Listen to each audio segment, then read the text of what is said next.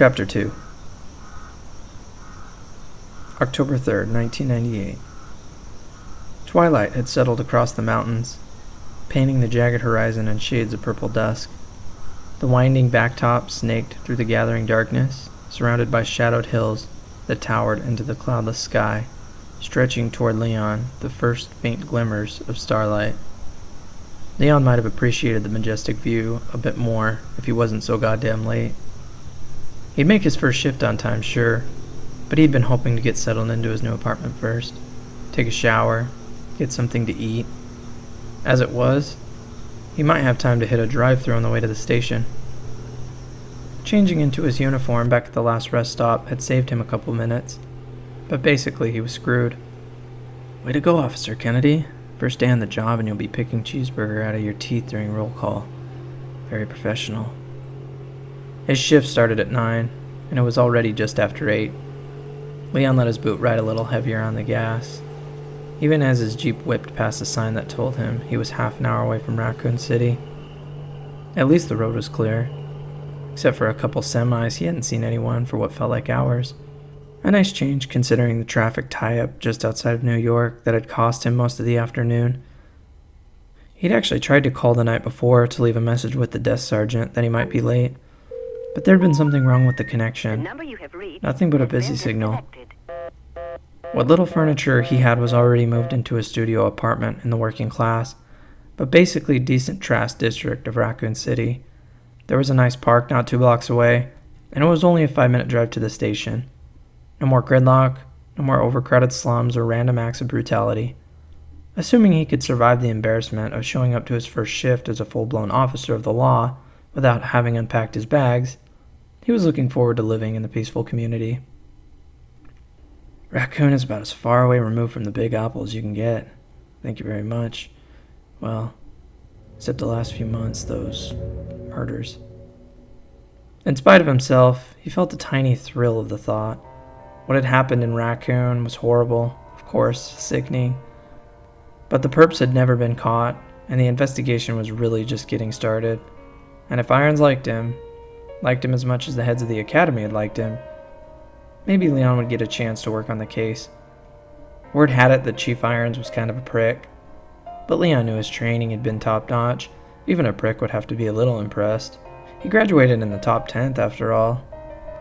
And it wasn't like he was a stranger to Raccoon City, since he'd spent most of his summers there as a kid, when his grandparents were still alive. Back then, the RPD building had been a library, and Umbrella was still several years away from turning the town into an actual city. But in most ways, it was still the same quiet place he remembered from his childhood. Once the cannibal killers were finally put away, Raccoon would be ideal again. Beautiful, clean, a white-collar community nestled in the mountains like a secret paradise. So, I get settled in, and a week or two passes, and Irons notices how well my reports are written, or sees how good I am on the target range. He asked me to take a look at the case files, just to familiarize myself with the details so I can do some footwork and see something that no one else has seen. A pattern, maybe? Or a motive on more than one of the victims. Maybe I run across a witness report that reads wrong. No one else has caught it because they've lived with it for too long, and this rookie cop just comes along and cracks the case, not a month out of the academy, and Something ran in front of the Jeep. Jesus! Leon hit the brake and swerved, shocked out of his daydream as he struggled to control the vehicle. The brakes locked and there was a screech of rubber that sounded like a scream. The Jeep half-turned to face the darkening trees that lined the road and came to a stop on the shoulder, dying after a final lurching jolt. Heart pounding and stomach in knots, Leon opened the window and craned his neck, scanning the shadows for the animal that darted across the highway. He hadn't hit it, but it had been close. Some kind of a dog. He didn't get a clear look. A big one. Anyway, a shepherd? Or maybe an oversized Doberman? But it had looked wrong somehow. He'd only seen it for a split second. A flash of glowing red eyes and a lean wolfish body. And there was something else. It seemed kind of slimy. No. Trick of the light. Or you were just so shit scared that you saw it wrong. You're okay, and you didn't hit it. That's the important thing. Jesus, he said again, softer this time, feeling both relieved and suddenly quite angry as the adrenaline leaked out of his system. People who let their dogs run wild were idiots, claiming they wanted their pet to be free and then acting surprised when Fido got squashed by a car. The Jeep had come to a stop a few feet away from a road sign that read, Raccoon City, 10 miles. He could just make out the lettering in the growing shadows. Leon glanced at his watch. He still had almost a half an hour to get to the station, plenty of time, but for some reason, he simply sat for a moment, closing his eyes and breathing deeply. Cool, pine-scented air breezed across his face, the deserted stretch of road seeming almost unnaturally quiet, as if the landscape was holding its breath, waiting. Now that his heart had resumed a normal pace, he was surprised to find that he still felt unsettled, even anxious. The murders in Raccoon. Weren't a few of those people killed by animal attack? Wild dogs or something? Maybe that wasn't someone's pet dog at all. A disturbing thought, and even more disturbing was the sudden feeling that the dog was still close by, maybe watching him from the darkness of the trees. Welcome to Raccoon City, Officer Kennedy. Watch out for things that may be watching you. Don't be an asshole, Leon mumbled to himself. Felt a little better at the sound of his no-nonsense adult tone of voice. He often wondered if he would ever outgrow his imagination. Daydreaming like a kid about catching bad guys, then inventing killer dog monsters lurking in the woods. Let's try to act our age, huh, Leon? You're a cop. For God's sakes, a grown-up. He started the engine and backed onto the road, ignoring the strange sense of unease that had somehow managed to take hold of him in spite of his mind's chiding voice. He had a new job, and a nice apartment, in a nice little up-and-coming city. He was competent, bright, and decent-looking. As long as he kept his creative glands in check, everything would be fine. And I'm on my way, he said to himself, forcing a grin that felt out of place but suddenly necessary to his peace of mind. He was on his way to Raccoon City, to a promising new life. There was nothing to be uneasy about. Nothing at all.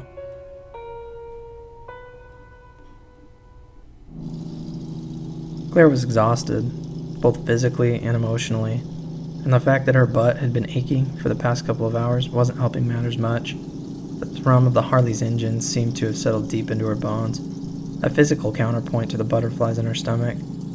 And of course, the worst of it seemed to emanate from her extremely sore and overheated ass. Plus, it was getting dark, and like an idiot, she wasn't wearing her leathers. Chris would be totally pissed. He's gonna yell his head off, and I won't even care. God, Chris, please be there to scream at me for being such an idiot. The Harley buzzed along the dark road, sound of the engine echoing back at her from the sloping hills and shadow-laden trees. She took the corners carefully, very aware of how deserted the winding highway was. If she took a spill, it could be a long time before anybody happened by. Like it would matter. Take a spill without your gear on? They'll be scraping pieces of you off the asphalt with a squeegee. It was stupid. She knew it was stupid to have left in such a god-awful hurry that she couldn't be bothered to suit up. But something had happened to Chris. Hell, something may have happened to the entire city. Over the past couple weeks, the growing suspicion that her brother was in trouble had become a certainty, and the calls she made that morning had cinched it for her. Nobody home. Nobody home anywhere. Like Raccoon moved and forgot to leave a forwarding address. It was definitely creepy. Although she could give a shit about Raccoon, what mattered was that Chris was there, and if something bad had happened to him, she wouldn't think that way. Chris was all she had left. Their father had been killed on a construction job when they were both still kids, and their mother had died in a car crash 3 years ago. Chris had done his best to take on a parental role. Even though he was only a few years older, he'd helped her pick a college, find a decent therapist. He even sent her little money each month beyond what the insurance policies paid out, what he called walking around cash. And at the top of all that, he called her every couple of weeks like clockwork. Except he hadn't called in the last month and a half, and hadn't returned any of her calls. She'd tried to convince herself that she was silly to worry, Maybe he'd finally met a girl, or something had turned up on the star suspension thing, whatever that was all about. But after 3 unanswered letters and days of waiting for the phone to ring, she'd finally put a call into the RPD that very afternoon, hoping against hope that someone there might know what was going on. She'd gotten a busy signal. Sitting in her dorm room, listening to that soulless mechanical bleat, she'd started to worry for real. Even a small city like Raccoon had to have a voicemail answering system set up to field calls. The rational part of her mind told her not to panic, that a downed line was nothing to get freaky about. But already her emotional self was screaming foul. She'd gone through her address book with trembling hands, dialing the few numbers she had for friends of his, people or places he'd told her to call if there was ever an emergency and he wasn't home.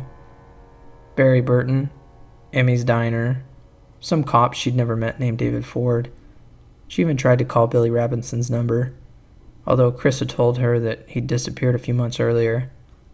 And with the exception of an overloaded answering machine at David Ford's house, she'd got nothing but busy signals. By the time she'd hung up, the worry had transformed into something close to panic. The trip to Raccoon City was only about 6.5 hours from the university. Claire's roommate had borrowed her riding gear to go out with her new biker boyfriend, but Claire had an extra helmet, and with that feeling that was not quite panic spinning through her frightened thoughts, she had simply grabbed the helmet and gone. Stupid, maybe. Impulsive, definitely. And if Chris is okay, we can laugh about how ridiculously paranoid I am till the cows come home. But until I find out what's going on, I won't know a moment's peace.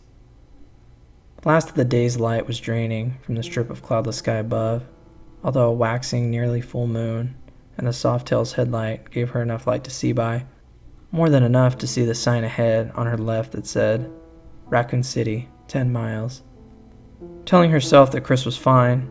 If anything weird had happened to Raccoon, somebody would have checked it out by now. Claire forced her concentration back to handling the heavy bike. It would be full dark soon, but she'd be in Raccoon before it was too dark to ride safely. Whether or not Raccoon City would be safe, she'd find out soon enough.